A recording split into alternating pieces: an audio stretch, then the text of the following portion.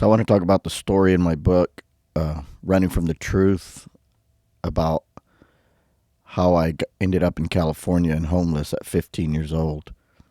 So what happened is that when I was 15, we lived in East Dallas, and my mom was on drugs, and it was just me and her living there at this fourplex, and she'd gotten behind on the rent. And one morning I woke up to loud knocking on the door, and somebody was unlocking the door, and it was a constable and the landlord and two men. And the landlord, or the constable, actually handed us the paperwork that we're being evicted. And the two men went through and started carrying all of our belongings out and just placing them on the curb. It was a very humiliating experience, considering I had several friends that lived on the block that I lived on, and they were all watching this happen. Anyway, across the street from us was a small apartment complex, and there was the landlords. There were two lesbian women. They were really nice, and they immediately let us move into a vacant apartment they had, which happened to be right next door to their apartment.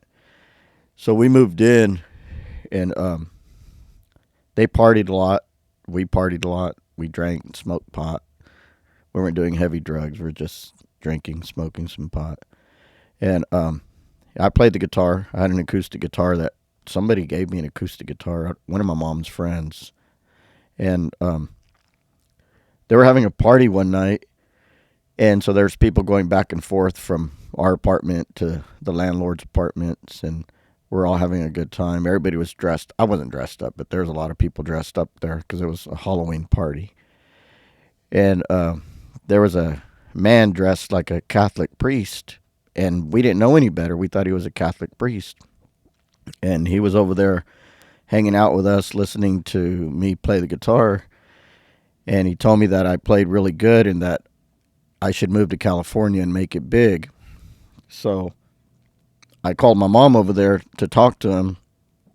And, this man is drinking beer with us teenagers and smoking pot with us. I thought he was just a super cool priest. So he talks to my mom, and he tells her that he has a house in Los Angeles that we can go stay in so that I can pursue my musical dreams. So that very following weekend, we had a big yard sale, whatever. We didn't have a lot of stuff, but we sold everything we could sell. And we didn't even own a car, but we had met a guy that we called Cowboy. We didn't even know his real name. And Cowboy had a car, and his car was in the pound. So after we sold everything we could sell, we paid to get his car out of the pound. We didn't know anything about this car. It was like a early 1970s Ford LTD. We rented a small U-Haul trailer, and we loaded up the little bit of belongings we had, our clothes and whatnot, and we took off to Los Angeles. There were 6 of us in the car. It was Cowboy driving. It was my mom in the middle, and then my mom's boyfriend Gilbert in the front seat. And in the back seat, it was me and my friend Ricky and my friend Edward.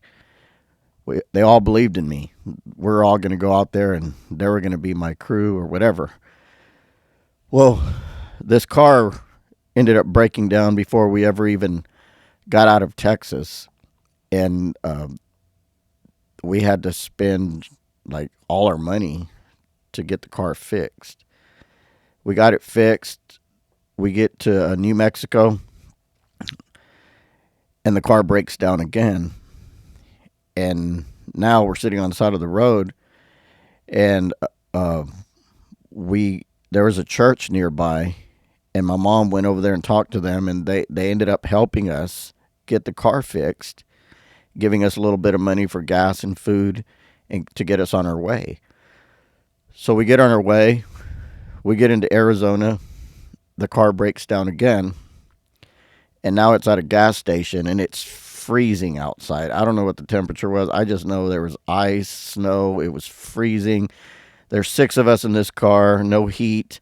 We're crowded. I get out of the car. I go sleep in the little U-Haul trailer, and that little thing's made of metal, aluminum, or whatever, and it is freezing cold in there. I had on 3 pairs of pants, probably 5 shirts. I had all the towels and blankets I could find and wrap myself in them while I was in that trailer. And we stayed in that parking lot for a few days. People started to notice that we're in that parking lot stranded, so people actually started helping us. And somehow enough people gave us money. We got the car fixed, and then we got back on the road, and we made it to California. We get to California, and this car is dying. I mean, it is just huffing and puffing and struggling, trying to get up the road that we're on. That we see the address in our hands. We're on the name of the street that it says. It's uphill. Cowboys driving the car. The rest of 5 of us are outside pushing the car, and it's sputtering going up this hill. But we are so excited because we're almost at our destination. This has been a week long now that we've been on the road for a week, and we're man, the weather was beautiful. The excitement was amazing. We're so happy we're finally there. We made it. We made it to Los Angeles. We made it to California to make it big. We get up like to the top of the hill, and the car dies right in front of this Ford. Like, I don't know, it was a distribution center, parts center, whatever it was. It dies right in front of this place. And we realized that there was no such house. There was no such address. We had reached an industrial area. It wasn't residential. And this address did not exist at all. We get to the payphone. My mom calls the old landlords because, the guy was at their party.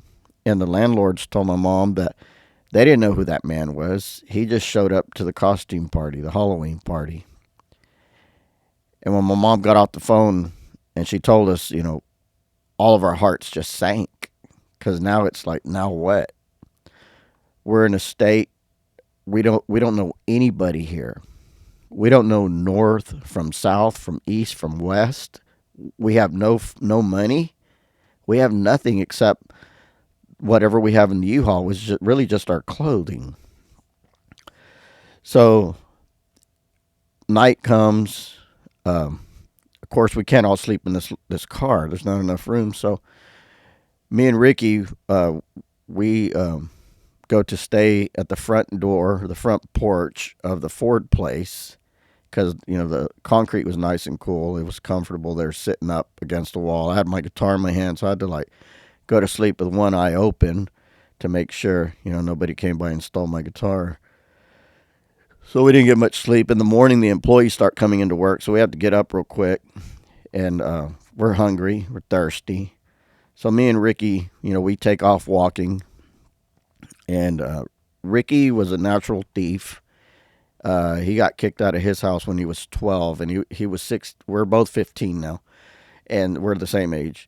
So he'd been living on the street since he was 12, so he was used to stealing. That's how he survived. So what we did is we went down to the street corner, and I played the guitar, and Ricky would sing, and people would give us change. Once we got $1 saved up, because that's how much a loaf of bread at 7-Eleven was back then in 1985, we went to 7-Eleven.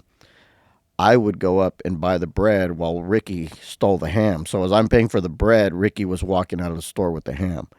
So then we go eat, and that's how we survived. We survived like that for about 6 months, living out there in the streets, hustling like that every day. And that was our life there for about 6 months.